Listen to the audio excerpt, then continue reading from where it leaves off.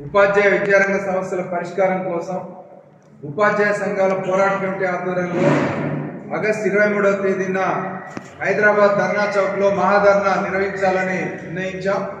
ప్రధానంగా ఉపాధ్యాయులు విద్యారంగం అనేక సమస్యల్ని ఎదుర్కొంటూ ఉంది. పర్యవేక్షణ అంతా పాఠశాలల పట్ల పర్యవేక్షణ కొలాప్స్ అయిపోయి ఉన్నది.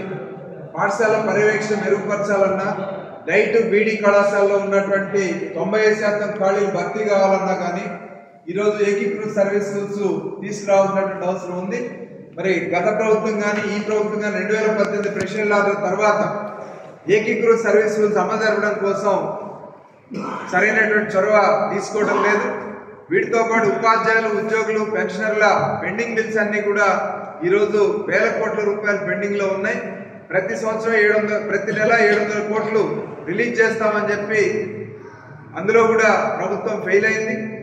ఈరోజు 2024 మార్చి తర్వాత రిటైర్ అయినటువంటి ఉద్యోగులు, ఉపాధ్యాయులందరికీ కూడా పెన్షన్ తప్ప గ్రాట్యుటీ కానీ, కమ్యూటేషన్ కానీ, లీవ్ ఎన్కాష్మెంట్ కానీ ఏది కూడా ఈరోజు రావటం లేదు.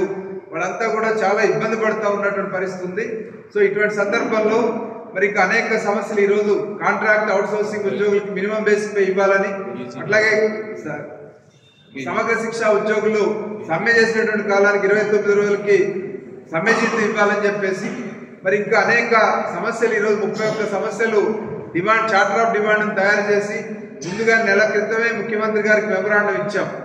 ఆ తర్వాత జూలై 23, 24, 25 తేదీల్లో ఎంఆర్ఓ ద్వారా మెమరాండం కాపీల్ని ముఖ్యమంత్రి గారికి పంపించాం. ఆగస్టు 5వ తేదీన జిల్లా కేంద్రాల్లో ధర్నాలు చేశాం.